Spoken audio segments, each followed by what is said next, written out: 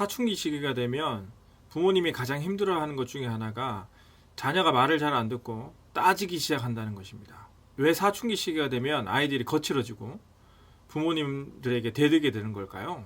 어릴 때는 부모님에게 순종하고 순응했던 그 대화의 방식들이 따지고 대드는 대화 방식으로 변경됩니다. 왜냐하면 이 시기는 추상적 사고하는 능력이 발달하기 때문입니다. 이 능력이 발달한다는 것은요, 논리성, 합리성을 토대로 추론이 가능하다는 겁니다. 즉 존재하지 않는 것, 또 시간적으로 먼 미래에 있는 것, 시간적으로 먼 미래에 일어날 가능성이 있는 것들, 이런 것들을 추론할 수 있는 능력이 생긴다는 것이죠. 그러다 보니 부모님께서 말씀하시는 내용 중에 논리적으로 모순이 있거나 논리적으로 합당하지 않다라고 하는 부분들을 발견하고 그것에 대해서 공박할 수 있는 능력이 생긴다는 것이죠. 이런 건 여러분들이 아마 다 경험해 보셨을 건데요. 아이들이 어릴 때 길동아 저기 가서 물 좀 갖다 줘라고 했을 경우에 아이들의 반응은 어떻게 하죠? 네, 알겠어요. 토 하나 달지 않고 그대로 순종하는 모습을 보입니다. 그래도 머리가 살짝 굵어졌어요. 그럼 어떻게 반응하죠? 뭔가 모르지만 이유를 달기 시작합니다. 왜 내가 해야 돼요? 동생 시키세요? 왜 나만 시키세요? 이런 식의 토를 달기 시작하죠. 그러다가 사춘기 시기가 되면 이렇게 얘기합니다. 약간 공격적이고 대드는 형태로 왜 내가 해야 되는데요? 라고 반항적으로 얘기합니다. 근데 거기에 숨겨진 이면의 모습들을 여러분들이 살펴볼 필요가 있는데요. 보통의 부모님들은 어디 부모님한테 대드냐고 소리 지르냐고 이렇게 반응해버리죠. 그런데 청소년들의 발달 특성상 이면에 숨겨진 욕구가 뭐냐면요. 내가 해야 되는 이유에 대해서 논리적으로 나를 설득시켜 주세요. 그러면 제가 하겠습니다. 라고 하는 욕구들이 그 뒤에 숨어 있다는 겁니다. 그래서 그 부모님들이 반항하고 대드는 모습들을 보고 부모님이 화가 나서 이제 둘이 싸우기 시작하는 거죠. 그것은 부모님이 자녀들의 발달 특성들을 잘 이해하지 못하고 부모님이 대응하는 것이 좀 부족해서 그런 현상들이 나타난다라고 말할 수 있습니다. 이때 자녀들에게 핀잔을 주거나 대든다고 화를 내거나 소리 지를 문제가 아니고요. 논리적으로 너가 해야 될 이유, 그러니까 즉 심부름을 해야 되는 이유에 대해서 잘 설득해 주면 되는 겁니다. 그러면 자녀들이 어떻게 반응하냐? 논리적으로 날 설득해 주시면 내가 하겠습니다. 라고 했던 이 반응들이 부모님이 논리적으로 설득한다고 해서 예, 제가 할게요. 라고 바로 돌아서지는 않습니다. 그럼 어떻게 반응할까요? 본인이 안 해야 되는 이유에 대해서 논리적으로 설득합니다. 그러면 또 부모님은 어떻게 해요? 다시 그 논리가 잘못됐다는 반박을 하는 거죠. 그러면 자녀들은요, 또다시 그 논리에 대해서 반박하기 시작합니다. 그러니까 논리적인 논쟁들이 왔다 갔다 하는 것이죠. 그러다가 한 2번, 3번 정도 왔다 갔다 하면 부모님이 그때는 어떻게 되냐? 화가 나기 시작하는 거죠. 아니, 하라고 하면 하는 것이지 뭐 그렇게 말이 많아 라고 화를 내버리는 거죠. 그러면 자녀들의 반응이요? 우리 엄마 아빠는 나하고 대화가 안 된다면서 자기 방에 문을 콱 닫고 들어가 버리죠. 네, 바로 여기서 여러분들이 사춘기 자녀들과 대화하는 방법을 찾아보고 확인해 볼 수 있는데요. 그것은 바로 논리적인 논쟁을 통해서 사춘기 시기의 자녀들과 대화하는 방법을 발견하셔야 한다는 겁니다. 예전에는요, 무조건 부모님의 말씀에 순종했다면 사춘기가 되면서 본인이 논리적으로 설득하고 내가 해야 되는 것에 대해서 납득당하지 않으면 하지 않는다는 거죠. 그리고 또 하나요? 이런 얘기도 아마 들어보셨을 겁니다. 아니, 엄마 아빠는 하지도 않으면서 왜 날 보고 시키세요? 라고 하는 이야기를 들어보셨을 텐데요. 그 이야기는 이겁니다.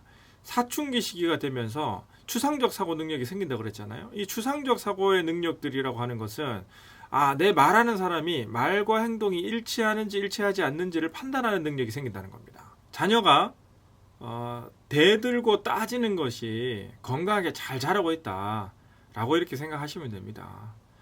그래서 부모님도 자녀의 발달 특성에 맞게끔 시기에 맞게끔 잘 대응해주고 반응해주는 것이 중요하다라고 하는 걸 여러분들이 잊으시면 안 된다는 겁니다. 자녀들이 논리적 사고 능력이 켜져서 논리적 논쟁하기를 좋아한다면 부모님들은 어떻게 해야 되겠어요? 그 발달에 맞춰서 여러분들도 거기에 반응해줘야 되는 것이 바람직하다는 것이죠. 그렇다면 청소년 시기에 부모와 자녀가 대화할 수 있는 방법들이 몇 가지가 있죠. 먼저 부모님이 버려야 될 반응들이 있습니다. 첫째, 부모의 주장을 굽히지 않는다. 이건 버려야 됩니다. 논리적인 모순들이 존재할 수 있고 자녀들이 논쟁들을 통해서 뭔가 이야기가 왔다 갔다 할 때 무조건 부모로서 내 말이 맞아 라고 주장하는 것은 바람직하지 않다는 겁니다. 때로는 부모님의 주장을 굽혀주는 것도 자녀들과 대화하는 방법 중에 하나다라고 하는 걸 기억하시기 바랍니다. 두 번째는요. 부모님도 틀릴 수 있잖아요. 그 틀린 것을 끝까지 맞다고 우기는 거예요. 이런 것들은 버려야 한다는 거예요. 자녀들도 부모님들이 하시는 말씀에 대해서 행동에 대해서 옳고 그름을 판단할 수 있는 또 논리적으로 맞다 틀리다라고 하는 것을 확인할 수 있는 능력이 생긴다고 했잖아요. 그렇다면 부모님이 틀린 주장에 대해서 무조건 맞다고 우기는 것은 자녀들과 대화하는 것에 대해서 방해가 될 수 있습니다. 그러니 부모님께서 틀리다고 주장하는 것들, 그러니까 틀린 것을 맞다고 우기는 것을 버려야 하는 것이 필요하다. 세 번째는요, 권위적인 태도입니다. 그냥 엄마가 하라고 하면 해. 아빠가 하라고 하면 해. 뭐 그렇게 말이 많아. 따지고 들지 마. 권위적 태도는 자녀들과 대화하는데 큰 방해가 되는 요인들이기 때문에요. 권위적인 태도를 꼭 버리시길 바랍니다.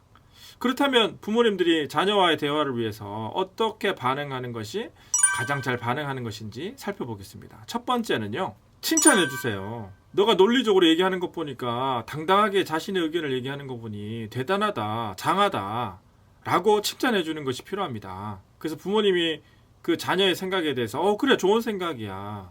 아주 기쁘다. 칭찬과 격려를 해주는 것이 부모가 해야 될 첫 번째 일입니다. 두 번째는요. 자녀의 자라는 속도에 맞게끔 대응해줘야 한다는 거죠. 추상적 사고가 발달이 빠르다면 여러분들이 빠르게 대응해야 되고요. 느리다면 느리게 대응해주는 것이 필요하다는 겁니다. 자녀가 자라는 속도에 따라 거기에 맞춰서 반응을 해줘야 되고요.